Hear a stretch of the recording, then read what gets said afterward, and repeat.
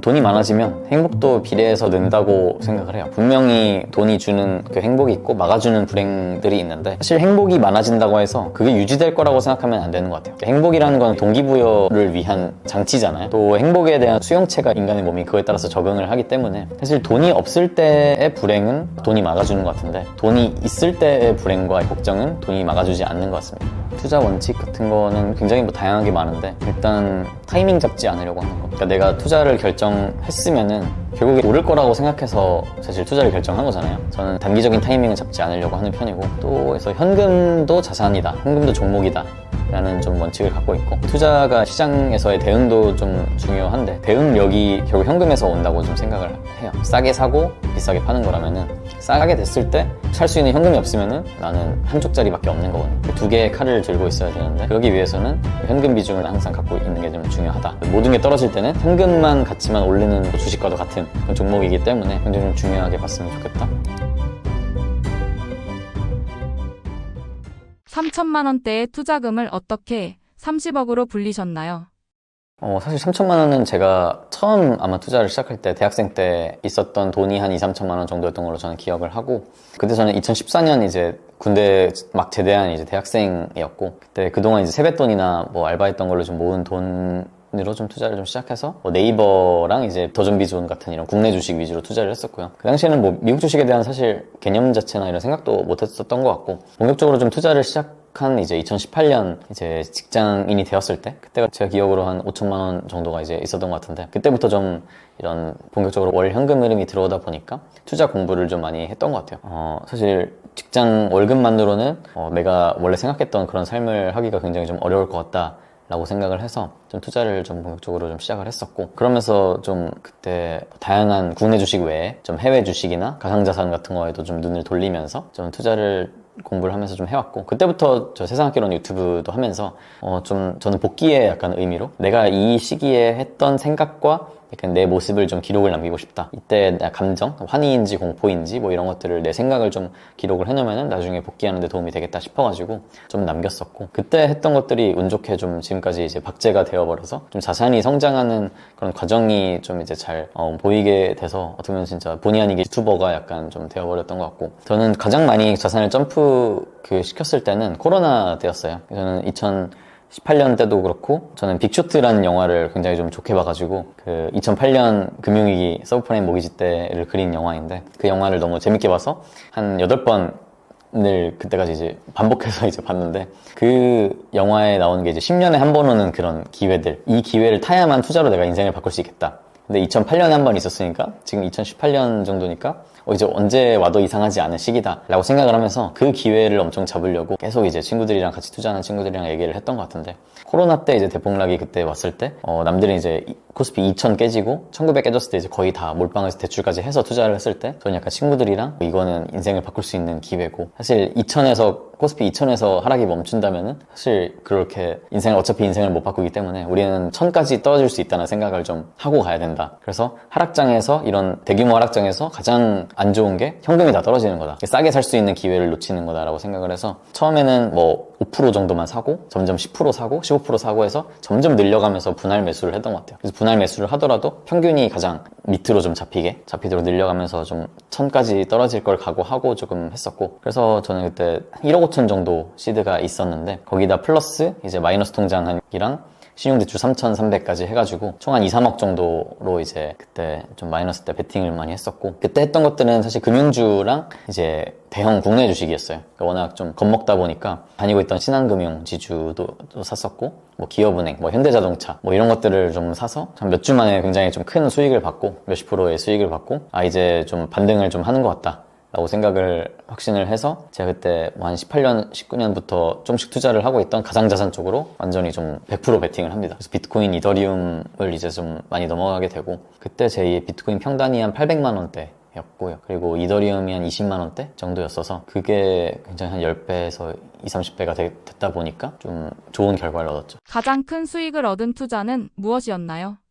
가장 큰 수익을 얻은 거는 이더리움이었던 것 같아요. 이더리움을 제가 처음 샀을 때는 2018년 1월, 2월이어서 하락이 이제 막 그 상승장이 끝나고 2017년 불장이 끝나고 이제 막 하락을 시작할 때여서 제가 처음 샀을 때 가격 대비 마이너스 90%까지 떨어졌었어요. 그래서 그때는 어차피 조금 샀지만 저는 계속 가격이 떨어지니까 저는 굉장히 이더리움을 믿고 있었기 때문에 너무 좋다. 계속 더 많이 살 수 있다 해가지고 그때 거의 가장 많았을 때 한 500개까지 이렇게 막 모았었고 진짜 처음에 샀던 거는 90% 가까이 됐죠. 왜냐면 14만 원, 13만 원일 때까지 저는 샀으니까 그때 됐던 게 제가 많이 정리한 550만 원대에서는 그 2021년 제가 말쯤 많이 정리를 했는데 그때가 550만 원 정도였으니까 한 거의 30배 정도 수익을 낸 거죠. 어떻게 보면은 의사결정을 되게 잘 하려고 매일 좀 고민을 했던 것 같아요. 그래서 저는 사고 파는 것도 이제 의사결정이지만 가만히 있는 것도 보유하고 있는 것도 의사결정이라고 생각을 하거든요. 내가 모든 게 지금 현금화가 돼 있을 때 내가 지금 포트폴리오대로 사놨을까? 라는 생각을 하면서 계속 이제 좀 리마인드를 이제 하는 편인데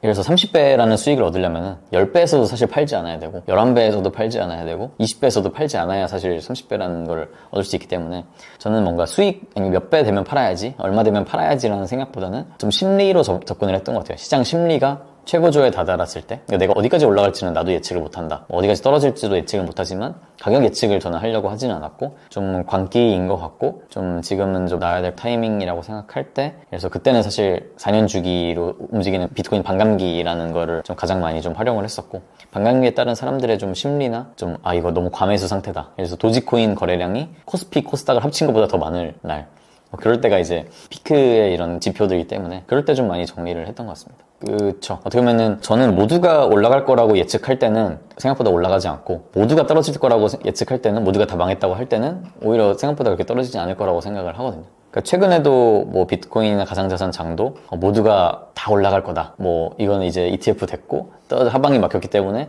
무조건 이거 올라갈 수밖에 없다라고 대다수가 예측하고 있었기 때문에 그러면은 이미 들어올 사람은 다 들어왔고 모두가 이제 그렇게 하고 있는데 누가 더 비싸게 사줄 거냐라고 생각했을 때 좀 어려운 얘기거든요. 지금은 반대로 굉장히 좀 다르게 돌아서서 이미 시즌 종료가 됐고 뭐 끝날 거다. 이제 한 3년간 앞으로 암흑기가 올 거다. 뭐 이렇게 얘기하시는 분들이 점점 많아지다 보니까 오히려 이제서야 좀 상승할 여력이 더 많이 생기지 않나라고 좀 생각을 합니다. 투자 실패 경험도 있었을까요? 그렇다면 그로부터 배운 교훈은 무엇일까요? 투자 실패 경험은 사실 굉장히 많죠. 근데 투자 실패라는 거는 사실 타임라인을 어떻게 잡느냐에 따라 완전히 다른 것 같아요. 그래서 이더리움 투자도 사실 제가 그래서 2018년 1월부터 2019년 20년 초까지 잡는다면은 그래서 뭐 2019년 뭐 3월까지 잡는다 하면은 굉장히 실패한 투자거든요. 마이너스 90%까지 갔으니까. 하지만 어떻게 보면은 지금은 타임라인을 더 늘려가지고 지금까지로 보면은 굉장히 잘한 성공적인 투자가 됐잖아요. 그 실패라는 거는 어떻게 잡느냐에 따라 되게 다를 것 같은데 저는 성공한 투자가 되기 위해서 실패한 투자로 한 3년을 버텼던 기간이 되게 많았던 것 같아요. 실패했던 투자라는 소리를 듣는 기간을 거쳐야만 좀 성공하는 투자가 됐던 것 같은데 어떻게 보면은 팔란티어 같은 주식도 이제 제가 유튜브에서 많이 얘기를 했지만 그때 한 뭐 20달러대에서 얘기를 했는데 그게 7달러대까지 떨어졌으니까 욕을 굉장히 많이 먹었거든요. 악플도 굉장히 많이 먹고 막 굉장히 더 다양한 욕들이 있었는데 처음 산 가격보다 뭐 마이너스 50% 이상, 막 60% 이렇게 손해본 분들은 뭐 이제 제 탓을 이제 하기 시작하는 거죠. 너 때문에 이제 알게 됐는데 이제 됐다 했지만 지금은 이제 7달러에서 뭐 120달러까지 올라갔었잖아요. 지금은 다시 뭐 80 정도로 떨어진 것 같은데 그렇게 또 10배 이상 또 오르고 나면은 또 굉장히 좀 실패한 투자가 아니라 성공한 투자가 되어버린 거고 사실 비싸게 샀다고 생각했던 20달러 때도 지금은 뭐 4, 5배가 된 상태니까 굉장히 실패와 성공이라고 딱 정해놓고 생각하게 되면은 투자하기가 굉장히 오히려 더 어려워지는 것 같아요. 그래서 제가 했던 실패 경험들은 저는 그런 걸 실패라고 좀 제 스스로 정의하지는 않고 성공까지 버티지 못한 투자 아니면은 좀 타이밍이 너무 일렀거나 좀 늦었던 투자들인 것 같습니다. 돈이 많아지면서 행복도 비례해서 늘어났나요? 저는 돈이 많아지면 행복도 비례해서 대체적으로 는다고 생각을 해요. 분명히 돈이 주는 그 행복이 있고 막아주는 불행들이 있는데 사실 행복이 많아진다고 해서 그게 유지될 거라고 생각하면 안 되는 것 같아요. 행복이라는 건 구조적으로 우리의 동기부여 위한 약간 장치잖아요. 우리 몸의 장치라서 이 뭔가 목표를 이뤘을 때 뭐 사냥에 성공했을 때 행복을 얻고 그 행복이 유지되면은 사실 그 역할을 못 하게 되는 거거든요. 그러니까 사냥에 성공해서 그 행복감이 죽을 때까지 유지되면은 그 사람은 다시 그 행복에 빠져가지고 이제 다시는 사냥을 하지 않겠죠. 더 위에 목표를 하지 않을 텐데, 그러고 보니까 돈이 많아지면서 얻는 행복들은 굉장히 당연히 비례해서 늘어나긴 하지만 금방 사라져 버립니다. 그래서 그 행복의 양이 커지더라도 내가 느껴지는 거는 굉장히 좀 적어지게 되고, 또 행복에 대한 수용체가 이제 인간의 몸이 그거에 따라서 적응을 하기 때문에 사실 돈이 없을 때의 불행은 다 돈이 막아주는 것 같은데, 돈이 있을 때의 불행과 이제 걱정은 돈이 막아주지 않는 것 같습니다. 그렇게 말씀을 드릴 수 있을 것 같네요. 돈에서 해방된다는 것의 진정한 의미는 무엇인가요? 돈에서 해방된다는 거는 돈의 양과 관련된 문제가 아니라, 어쩌면은 돈을 어떻게 대하느냐, 내가 돈이라는 것을 어떻게 생각하느냐, 뭐 수단적인 걸로 생각하는지 목표로 생각하는지, 돈이 갑인지 돈이 을인지, 뭐 이런 게 이제 중요한 것 같아요. 그러니까 부자라는 거는 이제 부자와 빈자는 돈의 양이 많은 사람, 돈의 양이 적은 사람인데, 그거랑은 사실 돈에서 뭐 내 의사결정에 돈이 얼마나 영향을 끼치고 내 행복에 돈이 얼마나 영향을 끼치고랑은 상관이 없거든요. 돈이 많으면서도 돈이 조금 움직이는 거에 따라서 내 행복이 좌우되는 사람들이 많기 때문에, 지금은 내가 뭐 100만 원, 1000만 원 때문에 좀 힘든 상황이다. 그럼 내가 몇십억이 생기면은 100만 원, 1000만 원 때문에 휘둘리지 않을 테니까 행복해지겠지? 라고 생각할 수는 있지만, 그렇게 몇십억이 되고 나면은 사실 이제 100만 원, 1000만 원이 아니라 1억, 2억 때문에 똑같은 이제 고민을 하게 되고, 그러면은 몇천억만 있었으면은 1, 2억 때문에 고민 안 했을 텐데, 걱정 안 했을 텐데, 의 걱정으로 넘어가게 되기 때문에, 모든 사람은 사실 그런 거에서 좀 아예 돈을 대하는 자세 자체를 바꾸지 않으면은 이런 돈이 주는 걱정과 이런 불행에서 절대 벗어날 수 없다 라고 생각을 합니다. 꼭 지키고 있는 투자 원칙이 있으신가요? 투자 원칙 같은 거는 사실 굉장히 뭐 다양하게 많은데, 일단 타이밍 잡지 않으려고 하는 거. 그러니까 내가 투자를 결정했으면은, 그 당시에 이제 결정을 했으면은 결국에 이제 오를 거라고 생각해서 사실 투자를 결정한 거잖아요. 그럼 결국 단기적으로 좀만 기다리면 더 싸게 살 수 있을 것 같은데 라는 게 사실 안 맞는 거고, 장기적으로는 오를 것 같지만 사실 단기적으로도 오를 확률이 높다고 생각하고 있는 건데, 타이밍을 잡는다는 것 자체가 되게 좀 어리석은 것 같아서 저는 약간 단기적인 타이밍을 잡지 않으려고 하는 편이고, 의사결정을 했을 때 좀 바로바로 하려고 하는 편이고요. 또 예를 들어서 현금도 자산이다, 현금도 종목이라는 좀 원칙을 갖고 있고, 결국에는 이제 투자가 이제 이런 시장에서의 대응도 좀 중요한데, 장기적인 대응도 그렇지만 그런 장기적인 대응을 할 때 대응력이 결국 현금에서 온다고 좀 생각을 해요. 싸게 사고 비싸게 파는 거라면은, 싸게 됐을 때 사실 살 수 있는 현금이 없으면은 사실 비싸게 팔지 못하면은 나는 한쪽짜리밖에 없는 거거든요. 두 개의 칼을 들고 있어야 되는데, 그러기 위해서는 좀 현금 비중을 나는 항상 갖고 있는 게 좀 중요하다. 현금도 그 모든 게 떨어질 때는 현금만 가치만 오르는 또 주식과도 같은 그런 종목이기 때문에 굉장히 좀 중요하게 봤으면 좋겠다.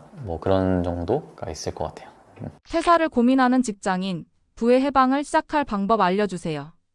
퇴사를 지금 고민하고 계신 거랑 제가 퇴사했을 때랑은 완전히 좀 의사결정이 다를 수도 있다고 생각을 하긴 해요, 사실. 예를 들어서 지금 뭔가 부가 갖춰지지 않았는데 좀 퇴사를 고민하는 거랑, 저는 그때 이제 돈이 갑자기 많이 생겨서 제가 이 의사결정을 더 잘해서 시간을 더 많이 쏟아서 좀 돈을 덜 잃고 좀 더 수익을 낼 수 있어야겠다라고 가성비를 따져서 이제 퇴사를 결정하는 거랑 살짝은 좀 다를 수 있겠는데, 부의 해방을 시작할 방법. 저는 그 부의 해방이라는 말이 일에서의 해방이라고 생각하지는 않거든요. 어쩌면은 저는 원래 말하는 이제 파이어족, Financial Independence Retire Early라는 그 용어가 경제적 자유를 얻어서 좀 빠르게 은퇴하자. 근데 그 빠르게 은퇴하자라는 말이 우리나라에서는 약간 빨리 직장 퇴사하고 일 안 하고 그냥 놀고 먹는 삶을 살자라는 느낌으로 조금 굉장히 좀 강조돼서 되고 있는 것 같은데, 저는 사실 그거에 좀 완벽히 동의하지는 않는 편이에요. 왜냐면은 저는 일 때문에 일하는 삶에서의 은퇴이지 일에서의 은퇴는 오히려 행복하지 않다고 생각을 하거든요. 저는 일로 돌아간 사람이기도 하고, 어쩌면 저는 지금 직장 다닐 때보다 더 열심히 일을 하고 있는 것 같아요. 근데 단지 일의 성격이 좀 다르다. 옛날에는 이제 내 일이라는 하는 이유 중에 한 7, 80%가 이제 돈 때문에, 돈을 벌기 위해서 일을 하는 거고, 뭐 나머지 20, 30%가 뭐 재미나 뭐 사회적 평판이나 뭐 명예나 뭐 이런 것들이 다양한 뭐 요소가 있겠죠. 근데 지금은 사실 돈이라는 요소를 싹 걷어내고 나머지 20, 30%로 이제 저는 채우고 있는 것 같고, 제가 원래 예전이었다면은 뭐 금융권 대기업 뭐 정규직으로 그냥 높은 연봉을 받으면서 일하는 것과, 그래서 내가 좋아하는 뭐 카페나 빵집에서 그냥 아르바이트로 일하는 것 중에서 당연히 전자를 택했을 텐데, 지금은 약간 돈이라는 걸 싹 걷어내고 나면은 오히려 후자가 더 매력적인 선택이 아닌가? 라고 좀 생각을 하게 되는 것 같고, 그래서 사실 책에서 이제 파이어가 아니라 파이어드라고 제목을 사실 한 것도 Retire Early를 바꿔서 좀 그 Release Economic Dominion, 좀 부의 종속에서 해방되라 라는 의미로 좀 썼었는데, 그게 저는 일과 행복을 반대되는, 대치되는 개념이라고 생각하는 거에서 좀 벗어나라고 좀 얘기를 하고 싶었어요. 어쩌면은 오히려 일에서 벗어나면 행복해질 줄 알았는데, 오히려 일이 주고 있던 행복 까지도 없어져 버리니까 좀 더 불행해하는 분들이 되게 많으시거든요. 그래서 어떻게 보면 일에서 오히려 내가 돈으로 얻으려고 했던 행복을 오히려 일에서 찾을 수도 있다. 그래서 내가 하고 싶었던 일을, 그냥 돈 생각 안 하고 하고 싶었던 일을 할 수 있는 삶이 가장 좀 행복한 삶이라고 저는 얘기를 드리고 싶었습니다. 사실 퇴사를 고민한다는 거는 뭐 두 가지가 있을 것 같아요. 내가 원하는 만큼의 돈이 안 나와서일 수도 있고, 어떻게 보면 내가 일하는 거에서 그런 돈 외에 행복을 못 느껴서라고 있다고 생각을 하거든요. 어떻게 보면 돈이 이 직장이 주는 뭐 성장, 아니면은 뭐 업무적 만족, 아니면은 내 성장 경험, 뭐 이런 것들이 진짜 없다, 그 돈도 안 준다라고 생각하면은 저는 당연히 퇴사를 하고 이직을 하는 게 맞다고 생각을 하고, 하고 싶은 게 확실하게 있으신 분들은 사실 퇴사를 저는 좀 긍정적으로 고민해도 나쁘지 않다고 생각하지만, 내가 다시 돌아올 구멍은 조금 생각해놓고 하시는 게 좀 좋을 것 같다. 아니면 회사를 다니면서 사실 할 수 있는 부분들도 굉장히 많다 보니까 나는 퇴사를 하면은 내가 제대로 열심히 하겠지? 라고 자연스럽게 생각하시는 분들이 많을 것 같은데, 오히려 이렇게 직장에 있고 좀 헝그리 정신이 있을 때 더 일이 잘 되는 경우도 있거든요. 그래서 아예 퇴사를 하면은 내가 자연스럽게 자동으로 부지런해지겠지? 라는 생각으로 퇴사를 고민하신다면은 조금 미루시는 게 저는 좋을 것 같고, 오히려 너무 지금 밤새서 좀 잠을 줄여가면서까지 하고 있는데 시간이 더 있으면 좋을 것 같아 라고 하시는 분들은 저는 퇴사를 해보셔도 잘 하실 것 같다 라고 생각을 합니다. 연봉이 높아도 가난한 사람들의 특징은 무엇인가요? 사실 저는 돈과 행복의 관계를 저는 되게 1차원적으로 생각을 했어요. 돈이 많으면 행복할 것이고 돈이 없으면 좀 불행할 것이다, 대체적으로 이렇게 좀 생각을 했었는데, 사실 뭐 돈이 없을 때나 많을 때나 좀 이제 다 겪어봤을 때 돈이 많다고 해서 자동으로 좀 행복해지는 건 아닌 것 같고, 자동으로 사람이 마음이 좀 풍요로워지고 부해지는 건 아닌 것 같다라고 생각을 좀 했거든요. 그러면은 부자와 빈자라는 건 단순히 이제 돈의 양에 따른 이제 구분이지만, 좀 돈에 얼마나 좀 종속돼 있고 마음이 가난하냐 마음이 부자냐라는 거는 좀 돈에서 얼마나 해방되어 있는 해방자이냐, 아니면 돈에 종속되어 있는 종속자이냐에 따라서도 좀 내면적 요소로 구분된다고 좀 생각을 해요. 그래서 연봉이 높아도 가난한 사람들은 사실 우리나라 전래동화 중에 흥부와 놀부가 있잖아요. 그래서 놀부는 어떻게 보면 돈이 많지만 뭐 연봉이 높고 뭐 이제 자산이 많다고 이제 얘기할 수 있겠지만, 사실 그 돈 때문에 스트레스를 받고 돈에 여전히 휘둘리면서 내가 갑이 아니라 돈이 갑인 삶을 사는, 부자이지만 종속자인 삶을 사는 것 같고, 흥부는 돈은 없지만 뭐 돈 때문에 뭐 내 의사결정이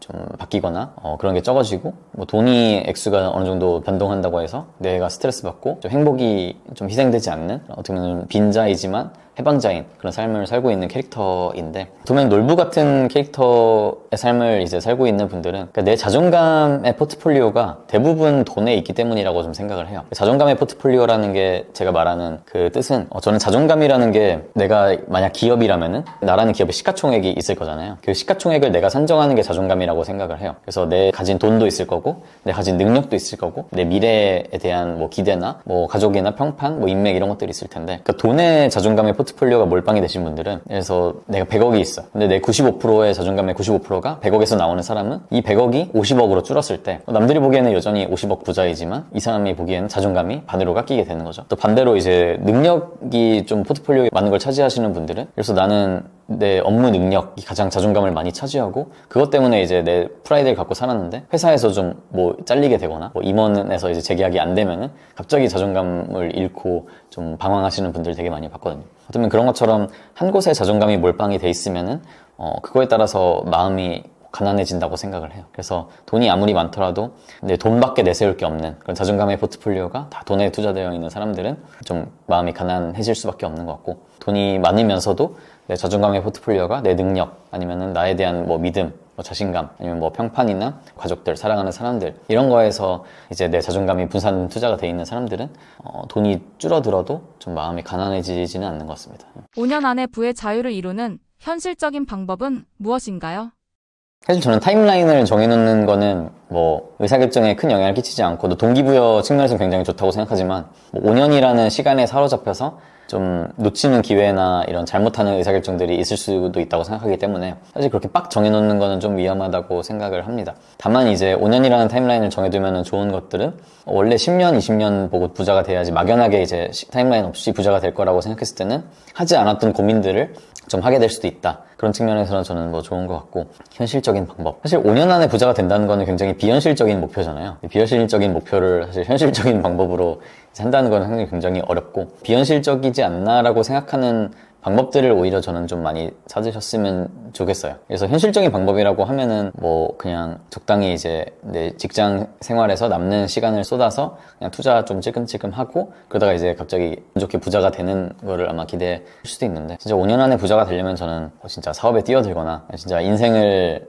걸만한 그런 기회들을 잘 계속 눈여겨보고 그런 기회가 왔을 때 좀 잡을 수 있는 실행력이 있어야 좀 그런 시나리오가 가능하다고 생각을 하는 사람으로서 오히려 저는 비현실적인 방법들을 좀 오히려 고민해 보셨으면 좋겠습니다. 사실 뭐 5년 안에 부자가 되는 마법 레시피가 저는 있다고 생각하지는 않기 때문에 사람마다 굉장히 다르고 사람마다 이제 잘 맞는 투자 시장이 다르고 내 성향, 성격 아니면 내 감정이 얼마나 동요하느냐에 따라서 이 사람 부동산 시장에 맞는 사람이 있고 뭐 주식 시장에 맞는 사람이 있고 코인 시장에 굉장히 잘 맞는 사람들이 있거든요. 그래서 내 적성을 먼저 잘 찾는 거에 따라서 사실 투자도 시장이 정해지고 방법이 정해지기 때문에 그런 모두에게 적용되는 완벽한 방법을 찾으려고 하다가는 5년을 허비할 수 있다라고 생각을 합니다. 사실 테스트를 많이 해봐야죠. 사실 나라는 사람을 저는 경영하는 경영자인 거잖아요. 결국에 내가 이제 하나의 기업으로서 그 생각을 한다면은 내가 지금 자산이 얼마고 내 건강이 좀 어떻고 내 현 상황은 어떻고 뭐 냉정하게 내 사회에서 내 가치는 어떻고 좀 이런 게 판단이 돼야 되는데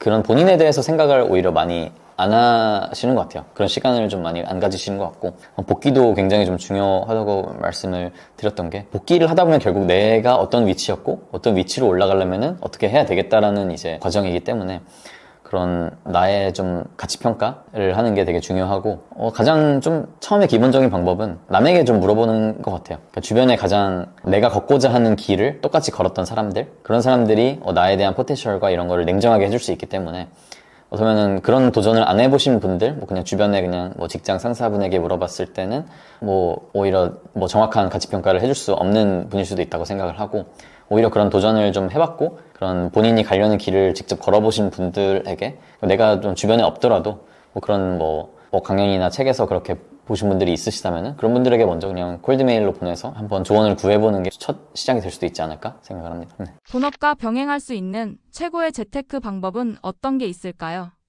저는 사실 많은 직장인분들이 투자에서 좋은 결과를 얻지 못하는 이유는 좀 본인의 현재 상황과 맞지 않는 투자 방법을 하고 있기 때문이라고 생각을 하거든요. 그래서 직장인은 구조적으로 뭐 하루에 만나봤자 한두 시간 정도를 투자에 쏟을 수 있는 사람인데 그러니까 내가 직장만큼의 시간을 투자에 쏟지 않으면서 직장보다 더 큰 결과를 투자해서 얻으려고 한다는 거는 되게 좀 말이 앞뒤가 맞지 않는 좀 기대인데 어쩌면은 그 한두 시간을 갖고 예를 들어서 하루에 몇 번씩 거래를 하는 그런 단타 거래를 하신다. 그런 건 굉장히 좀 맞지 않는 전략이다. 의사결정의 질이 떨어질 수밖에 없다. 어쩌면 하루 종일 진짜 뭐 공부도 많이 하고 세상이 돌아가는 거를 빨리 정보를 캐치하면서 뭐 하시는 분들이라면 모르겠지만 굉장히 시간을 뭐 몇 분밖에 쏟지 못하고 남들이 그냥 주워들은 아니면 기사에서 본 얘기 하나만 갖고 굉장히 질 낮은 의사결정을 자주 반복하게 되면은 당연히 결과가 안 좋을 수밖에 없고 어떻게 보면 한 달에 한두 번 정도 의사결정을 하는 그런 장기 투자가 오히려 저는 직장인에게 맞다고 생각을 하거든요. 한두 달 정도 좀 길게 한두 시간 정도의 그 짜투리 시간을 모아서 좀 하나의 의사결정에 굉장히 질 높은 의사결정을 잘 해서 그걸 좀 끌고 나가는 그런 방식이 되게 좋다고 생각을 하고 결국 단기 투자는 단타는 좀 날씨를 예측하려고 하는 거라고 생각을 해요. 단타는 날씨를 예측하는 거랑 굉장히 비슷하기 때문에 굉장히 어렵고 좀 페이스가 빨리 돌아가기 때문에 직장인에 맞지 않고 좀 계절을 예측할 수 있는 그런 장기 투자는 오히려 날씨를 예측하는 것보다 더 쉽고 적중률도 높으면서 좀 마음 편하게 할 수 있는 투자가 아닌가라고 생각을 합니다. 경제적 자유를 위해 절대 하지 말아야 할 행동은 무엇일까요? 경제적 자유를 위해 절대 하지 말아야 할 행동은 사실 이건 부자가 되고서도 하지 말아야 할 행동이긴 한데 부를 내가 한순간에 잃어버릴 수 있는 행동들인 것 같아요. 선물 옵션처럼 순식간에 청산을 당해서 내 돈이 다 사라져버릴 수 있는 일들은 사실 돈은 버는 과정에서도 똑같이 적용이 되거든요. 돈을 벌면서도 뭐 상방이 크긴 하지만 뭐 그때도 잃어버릴 수가 있기 때문에 뭐 일단 운 좋게 한번 그 하락 안 맞고 한번 상승을 해서 경제적 부자가 된 다음에 딱 이제는 선물 옵션 멈춰야지 뭐 이렇게 생각하시는 분들이 굉장히 많지만 실제로 멈추실 수 있는 분들 거의 없고 다 결국에 잃어버리시기 때문에 선물 옵션만큼은 절대 좀 건들지 않으셨으면 좋겠다. 그럼 제가 이렇게 말함에도 본인이 자신감이 있고 하실 분들은 실력이 있으실 분들은 어차피 하실 거기 때문에 저는 이런 데서는 무조건 절대 하지 말라고 좀 말씀을 드리고 싶습니다.